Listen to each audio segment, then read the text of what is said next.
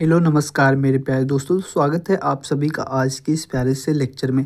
तो मेरे प्यारे दोस्तों, जैसा कि हम लोग पिछले वीडियोस में जैसे हम लोग इस श्रृंखला में अगर देखें तो हम लोग परागण से ही पढ़ते आ रहे हैं छोटे छोटे वीडियो के माध्यम से, जिसमें हमने परागण के प्रकार में स्वपरागण, पर परागण के प्रकार में भी भैया हमने वायु परागण और जंतु परागण के प्रकार में भी कीट परागण, पक्षी परागण सब हमने पढ़ लिया है। अगर आपने चीज़ों को नहीं देखा है तो आप जाके देख सकते हैं। बाकी इसमें हम जल परागण को पढ़ने वाले हैं, जो कि इम्पोर्टेंट टॉपिक आपका है। तो चलिए देखते हैं कि जल परागण क्या होता है, कैसे होता है, इसकी क्या विशेषताएं हैं, इसके उदाहरण क्या हैं, सब हम देखेंगे। तो ठीक, तो देखिए कि भैया जल परागण जो होता है यह एक ऐसी प्रक्रिया होती है जिसमें परागकण जो होते हैं भैया जल के माध्यम से एक पुष्प से दूसरे पुष्प के वर्तिकाग्र तक पहुंचते हैं भाई। तो इसमें क्या होता है कि माध्यम जो आपका बाह्य माध्यम होता है, आपको हमने पर परागण की परिभाषा बताते समय ही बताया था कि पर परागण जो होता है इसमें माध्यम की आवश्यकता होती है, बाह्य माध्यम की आवश्यकता होती है, जो कि यहाँ पे जल है आपका। और बाह्य माध्यम आपका जल हो गया, जिसकी सहायता से जो होते हैं परागकण एक पुष्प से दूसरे पुष्प के वर्तिकाग्र तक पहुँचते हैं। ठीक, तो जल परागण यह कहलाता है, यह चीज़ जो होता है जल परागण कहलाता है। यह मुख्य रूप से भैया जलीय पौधों में होता है।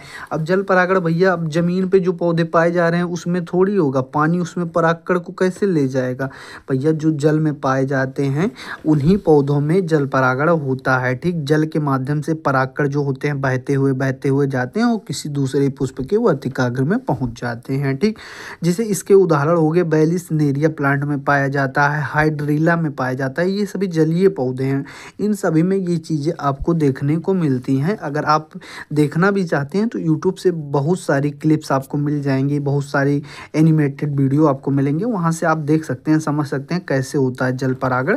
बाकी इसमें तो हम भाई हमारा डिजिटल बोर्ड तो है नहीं कि हम आपको दिखा दें कि कैसे क्या होता है, बाकी आप इतना समझ लीजिए। ठीक, तो ये आपकी विशेषताओं में अब देख लेते हैं भैया इसकी क्या विशेषताएँ होती हैं। तो इसकी विशेषताएँ जो होती हैं भैया, पुष्प जो होते हैं छोटे होते हैं, रंगहीन होते हैं, गंधहीन होते हैं, मकरंदहीन होते हैं। अब कहने का मतलब क्या है भैया, पुष्प छोटे के होते हैं, इसमें पुष्प बड़ा होने का कोई ज़रूरत ही नहीं है भैया। वहाँ पक्षी परागण होता था, कीट परागण होता था, तो उनको बैठने के लिए पुष्प जो थे वो बड़े होने चाहिए थे। लेकिन यहाँ पे और उनको अट्रैक्ट करने के लिए उसमें रंग की ज़रूरत होती थी, उसमें सुगंध की ज़रूरत होती थी, उसमें मकरंद की ज़रूरत होती। लेकिन यहाँ पे ना तो पुष्प के बड़े होने की ज़रूरत है, ना यहाँ पे रंग की ज़रूरत है, ना यहाँ सुगंध की ज़रूरत है, ना यहाँ मकरंद की ज़रूरत है। तो यहाँ पे पुष्प छोटे, रंगहीन, गंधहीन व मकरंदहीन होते हैं। ठीक, पुष्प प्रायः एक लिंगी होते हैं भैया। इसमें यूनिसेक्सुअल जो होते हैं, प्लांट जो होते हैं यूनिसेक्सुअल होते हैं। और यहाँ पे अगर देखा जाए परागकण जो होते हैं भैया हल्के होते हैं भैया।